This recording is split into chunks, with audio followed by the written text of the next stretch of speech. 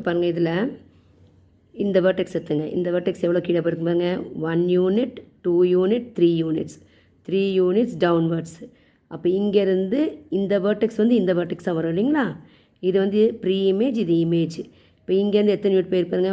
1 2 3 4 5 5th unit.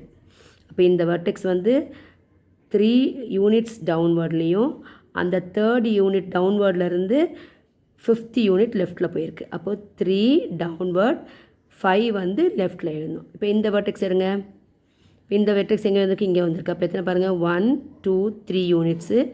லெஃப்ட்டில் எத்தனை போயிருக்கு பாருங்கள்?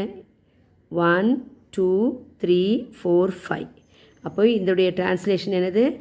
3 டவுன்வர்ட்ஸு, 5 வந்து லெஃப்ட் சைடு. தேங்க்யூ.